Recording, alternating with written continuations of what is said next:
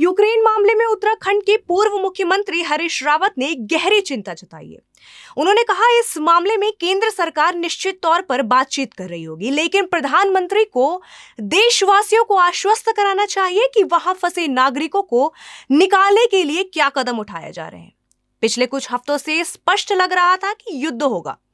ऐसी स्थिति में भारतीय नागरिकों को निकालकर सुरक्षित स्थान पर ले जाना केंद्र सरकार का पहला दायित्व था।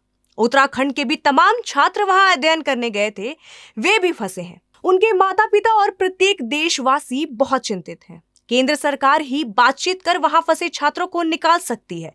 इस दौरान उन्होंने कहा कि हमें अपनी अर्थव्यवस्था की भी चिंता करनी चाहिए। यूक्रेन के साथ हमारे आर्थिक स्वार्थ बहुत गहराई से जुड़े हैं। भारत की अर्थव्यवस्था पर निश्चित तौर पर इस युद्ध का दुष्प्रभाव पड़ने जा रहा है।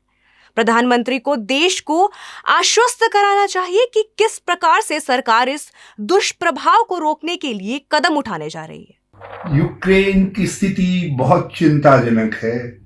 रूस के आक्रमण के बाद युद्ध अवश्य संभावी लगता है। ये एक तीसरे विश्व युद्ध की भूमिका बन रही है यूरोप की धरती से, और ये अचानक नहीं हुआ है।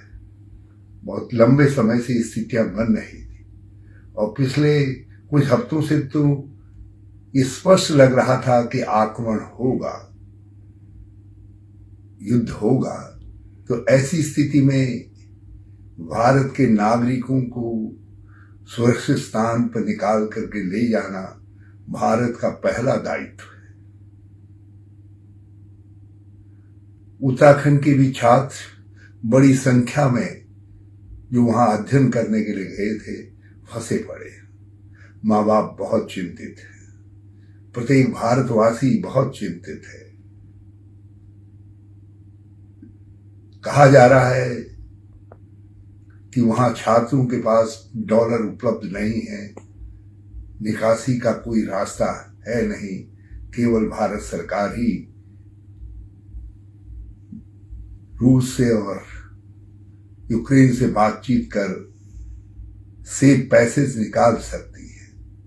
मैं समझता हूं सरकार बातचीत कर रही होगी, मगर चिंता तो चिंता है। और हमको अपनी अर्थव्यवस्था की भी चिंता करनी चाहिए। यूक्रेन के साथ हमारे आर्थिक स्वार्थ बहुत गहराई से जुड़े हुए हैं।